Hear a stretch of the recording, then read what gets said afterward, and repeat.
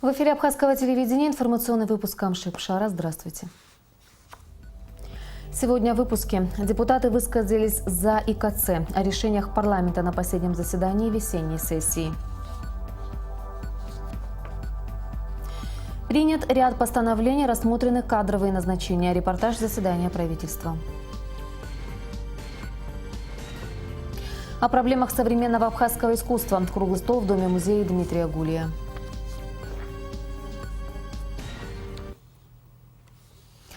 Парламент Абхазии ратифицировал Абхазо-Российское соглашение о порядке формирования и деятельности совместного информационно-координационного центра органов внутренних дел. Решение об этом депутаты приняли большинством голосов на сегодняшнем заседании сессии Народного собрания. Подробнее об этом и других решениях народных избранников расскажет Мисфа Аршба. С самого начала было понятно, что на этой сессии депутаты будут рассматривать все накопившиеся вопросы, чтобы на отдых не пришлось уходить с недоведенными до конца делами. Эмоционально напряженная обстановка также была объяснима. В Народном собрании предстояла ратификация важного для страны документа – соглашения по ИКЦ.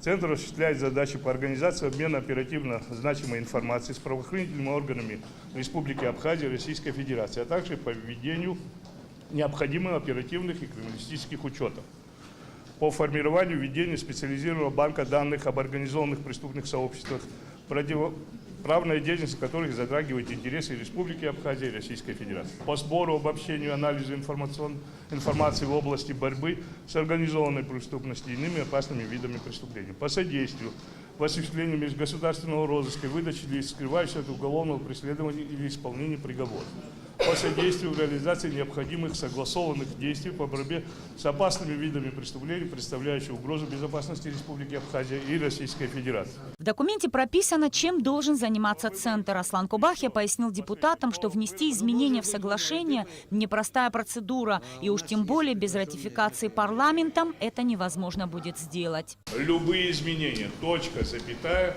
оно должно быть ратифицировано парламентом. И то постановление, проект постановления, который парламент подготовил, она соответствует позиции Министерства внутренних дел, да и политического руководства страны. Я убежден.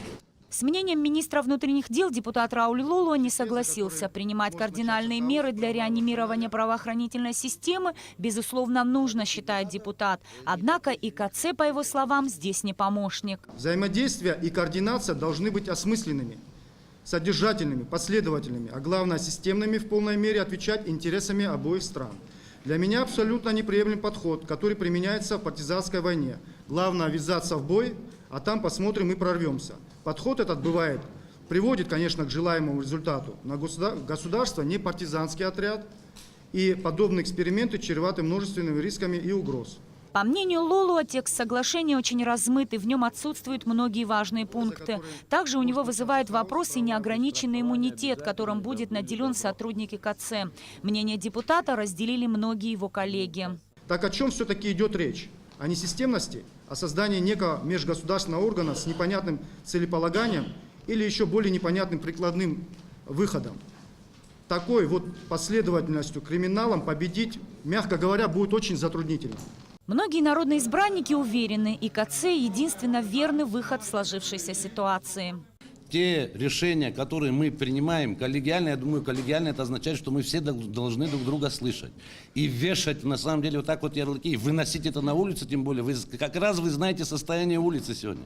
И наша первая сегодня задача, чтобы привести к какому-то умиротворению в обществе и не в последнюю очередь, естественно, решать проблемы государства. Но если мы будем просто, еще раз говорю, спекулировать этим, мы далеко не пойдем. Несмотря на то, что на сессии присутствовал весь состав парламента, в голосовании приняли участие 34 депутата. 23 из них поддержали создание ИКЦ. 9 депутатов проголосовали против, 2 воздержались. Далее народные избранники ратифицировали еще одно Абхазо-Российское соглашение. На сей раз из области здравоохранения. Его они обсуждали очень подробно, ведь в документе идет речь о вопросах обеспечения лекарственными препаратами и медицинскими изделиями отдельных категорий граждан России, постоянно проживающих на территории Абхазии.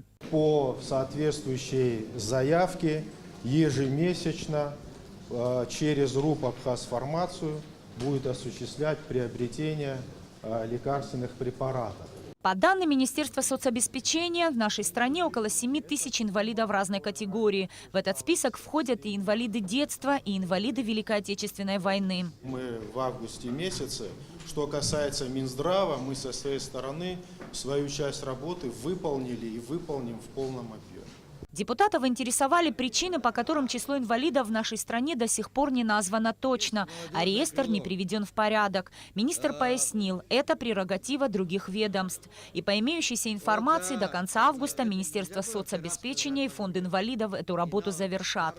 Депутаты единогласно поддержали начинание двух ведомств и перешли к обсуждению поправок к закону об энергетике, включенного в повестку дня буквально перед началом заседания. Электроэнергетика находилась государственной собственностью, и это очень приоритетно на данном этапе.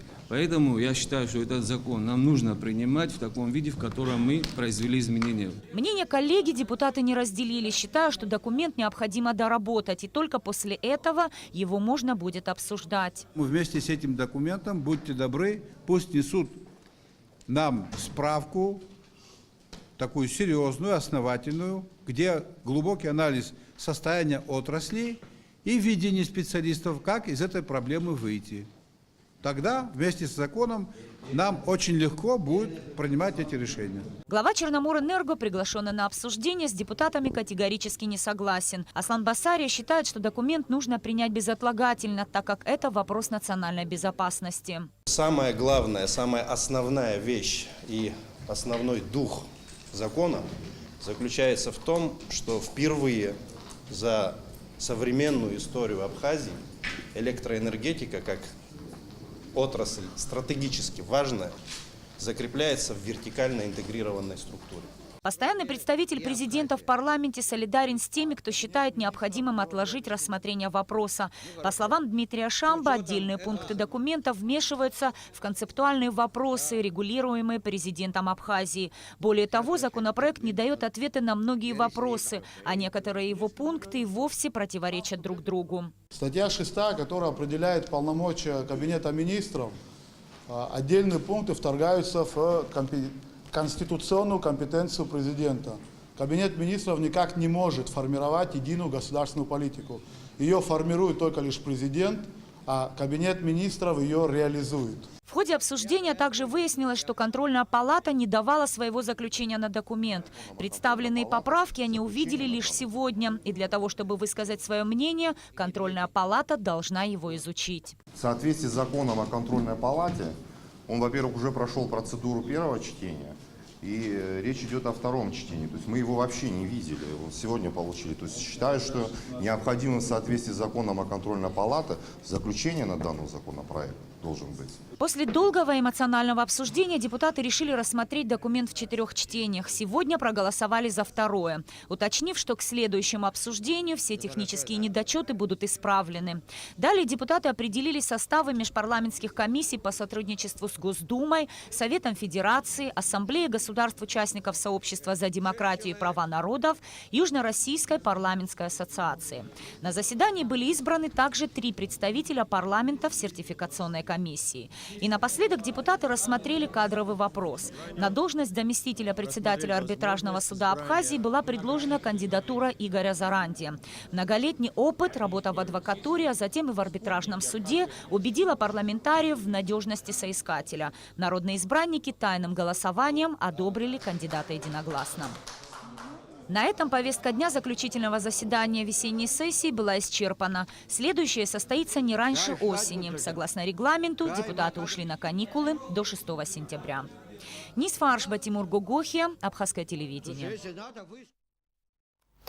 Одобрено постановление о представлении президенту Абхазии предложения о подписании проекта соглашения между Российской Федерацией и Республикой Абхазия о сотрудничестве в области медицинского страхования граждан России, постоянно проживающих в Абхазии, а также снижена ставка таможенного сбора на некоторые виды таможенных платежей. Такие решения приняли члены правительства сегодня на заседании Кабинета министров. 5 пунктов повестки дня посвящались кадровым вопросам. Решением правительства заместителями министра по налогам и сборам назначены Геннадий Ардзенба и Александр Гулия. Баталкаци освобожден от должности замминистра здравоохранения согласно поданному заявлению. Постановлением Кабмина на эту должность утверждена Мактина Лакирбая. Михаил Андлиба назначен заместителем председателя Госкомитета по стандартам потребительскому и техническому надзору. На заседании правительства одобрен проект постановления об организации работы по составлению проектов законов Республики Абхазия о республиканском бюджете и бюджетах государственных внебюджетных фондов на 2018 год, согласно которому определены конкретные сроки представления проектов на рассмотрение. Также утверждены правила предоставления финансовой помощи печатным изданиям и организациям, осуществляющим телевизионное вещание, за исключением государственных учреждений, финансируемых из госбюджета. На эти цели в бюджет Абхазии было заложено 3 миллиона рублей. Выплаты же осуществляются ежемесячно в размере 50 тысяч рублей на каждое средство массовой информации. Каждая такая организация может иметь право запросить поддержку от государства в размере не более 50 тысяч рублей в месячном исчислении, а потом на ежемесячной основе отчитывается расходование этих средств. В случае нарушения пункта подписанного соглашения в соответствии с этим постановлением, поддержка будет прекращена, и если они будут нецелевым образом расходоваться, будет ставиться вопрос о возврате этих средств в государственный бюджет. Правительство одобрило проект постановления о мерах по развитию энергетической отрасли, улучшению показателей сбора платежей и рациональному использованию. Согласно постановлению, во всех районах республики и городе Сухум будут созданы постоянно действующие комиссии. Как вы знаете, у нас действует Республиканская энергетическая комиссия, но учитывая плачевное состояние энергетических сетей всей отрасли в целом, вопрос собираемости платежей, рационального использования электроэнергии выходит на первую очередь. Поэтому было принято решение и на местах, в районах организовать соответствующие небольшие комиссии, включающие в себя представителей органов местной власти, представителей органов местного самоуправления, представителей органов внутренних дел на местах, представители районных отделений республиканского унитарного предприятия «Черноморэнерго», для того, чтобы эти комиссии на постоянной основе могли осуществлять мониторинг, осуществлять содействие работе, скажем так, республиканского унитарного предприятия «Черноморэнерго». Кабинет министров одобрил проект постановления о представлении президенту Абхазии предложения о подписании проекта соглашения между Российской Федерацией и Республикой Абхазия о сотрудничестве в области медицинского страхования граждан России, постоянно проживающих в Абхазии. Чтобы обеспечить всю необходимую помощь России, нам необходимо было это соглашение. Мы давно к этому шли, планируем подписать это соглашение в августе месяце. Буквально завтра на правительство России будет вынесено в повестку подобное постановление, и планируем, что наше министерство заключит это соглашение уже в августе этого следующего месяца. Поэтому считаю необходимо поддержать данное постановление. Прошу проголосовать. Кто за? Инвалидам первой группы Отечественной войны народа Абхазии Соломону Квицине, Чичико Кваранзе, Игорю Тарнава и Владимиру Хагва постановлением Кабинета министров установлены ежемесячные субсидии в размере 10 тысяч рублей. Субсидии будут выплачены с 6 июня 2017 года. Постановлением правительства снижена ставка таможенных сборов за таможенное оформление некоторых видов товаров с 1 до 0,1%. В список также вошли такие виды услуг, как транзит, реимпорт и реэкспорт. Кроме того, мы предлагаем вам в качестве приложения установить пониженный таможенный сбор на вывоз производимой в Республике Абхазия сельхозпродукции согласно прилагаемого списка. Здесь перечислены в основном овощи, здесь та продукция, которая сегодня вывозится. Это такой, мы думаем, хороший шаг, который должен поддержать предпринимателей. Смысл в том, что я вот пример могу привести, что у нас нередко проводится много работ, где нужна очень дорогостоящая техника, которая временно ввозится для выполнения каких-то работ. Такая техника может стоить 200-500 миллионов стоит, и 1% того сбора – это колоссальная сумма, которая препятствует для того, чтобы такие работы приводились. Вот пример в рамках инвестпрограммы, мелиоративная система Пицунды, специальная техника, таких единиц даже в России мало. Там плавающие так называемые трактора на понтонах, такого оборудования нет вообще мало единиц таких. И чтобы возить его, в том числе и транзит, вот Плаша Будович сказал. В общем, на что направлено, все довольно-таки. Решением Кабинета министров пансионат Абхазия в селе Бабушара и лодочная станция в Сухуме сданы в аренду сроком на 3 года, в течение которых арендаторы обязаны ввести данные объекты в эксплуатацию. При соблюдении обязательств срок аренды будет продлен до 25 лет. Вице-президент Республики Абхазия Виталий Габня вручил родственникам ветерана Отечественной войны народа Абхазии Павла Орлова орден Леона, присвоенный ему посмертно. Награда была вручена сыну ветерана Вячеславу Орлову, внуку Александра Сергеевича Орлова-Кречмера. Сегодня в Гале состоялась 48-я встреча по механизму по предотвращению и реагированию на инциденты. Как сообщается на официальном сайте МИД АИД Абхазии, на встрече продолжилось обсуждение ряда вопросов, касающихся различных аспектов приграничного взаимодействия и обеспечения безопасности. Абхазскую сторону возглавлял заместитель председателя СГБ Республики Абхазия Владимир Орлан. В составе абхазской группы заместитель начальника отдела Центрального аппарата СГБ Республики Абхазия Астамур Колубая, начальник Галского районного отдела СГБ Тимур Шергелия и помощник главы МИД Абхазии Георгий Думава. Достигнута договоренность провести следующую встречу МПРИ 19 сентября. Проблемы современного абхазского искусства и пути их решения обсудили на круглом столе в Доме-музее Дмитрия Гулия. Во встрече участвовали деятели культуры и представители общественности. Репортаж Алики Трапш. Искусство всегда играло важную роль в жизни людей. Вместе с человеком оно развивалось и менялось, стараясь отвечать требованиям времени. Как отметили участники круглого стола, одной из главных проблем современного абхазского искусства является то, что посетителями множества культурных мероприятий, как правило, являются сами же организаторы. Зачастую подобное происходит из-за непонимания большинством зрителей тех или иных видов искусства. Вот почему очень важно с детства приучать ребенка к культурной жизни. Ребенок – это очень важный агент развития культуры. И мы прям отметили, что дети, подростки, их включенность вообще в общую культурную жизнь, особенно это касается наших образовательных учреждений и так далее, на самом деле они оказывают очень большое влияние в целом. Есть у нас дети, реально, которые заканчивают и школы даже школы, но они никогда не были в театре. И если мы не успеем, и мы это не сделаем, вряд ли они когда-нибудь туда с большой любовью придут. Говоря о проблемах музыкального искусства в Абхазии, директор государственной хоровой капеллы Надар Чанба отметил, что на сегодняшний день между различными музыкальными коллективами страны нет взаимосвязи. Каждый существует сам по себе. По его словам, это происходит, так как немного артистов готовы выслушать объективную критику в свой адрес. Надар Чанба отмечает, что нужно оставить личные обиды и работать вместе, чтобы поднять на новый уровень искусство, в данном случае музыкальное. Еще одна проблема – отсутствие молодых кадров, когда абхазские артисты после окончания различных зарубежных вузов не возвращаются на родину. Чтобы изменить ситуацию, нужно приложить максимум усилий и создать условия для их работы здесь, на родине. Но при этом, как отмечали участники круглого стола, для развития культуры в стране не всегда стоит ссылаться на нехватку материальных средств.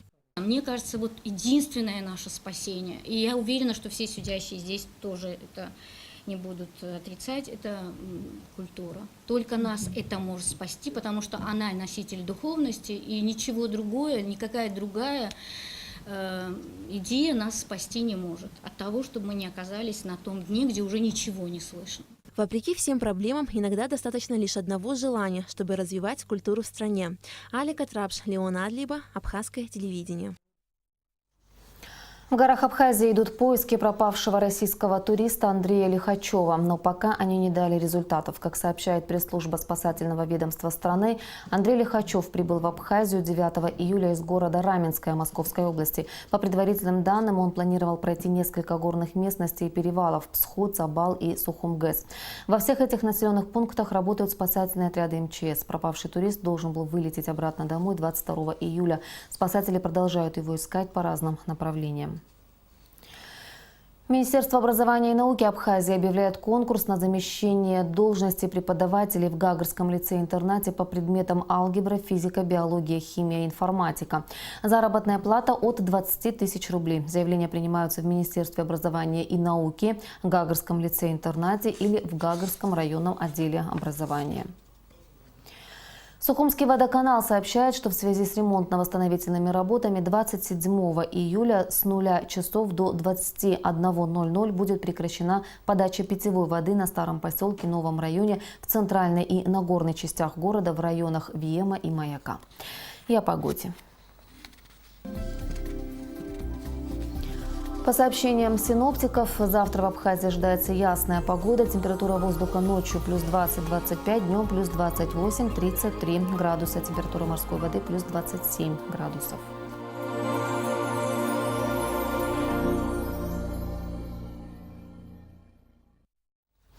Информационный выпуск завершен. Я прощаюсь с вами. До встречи в эфире.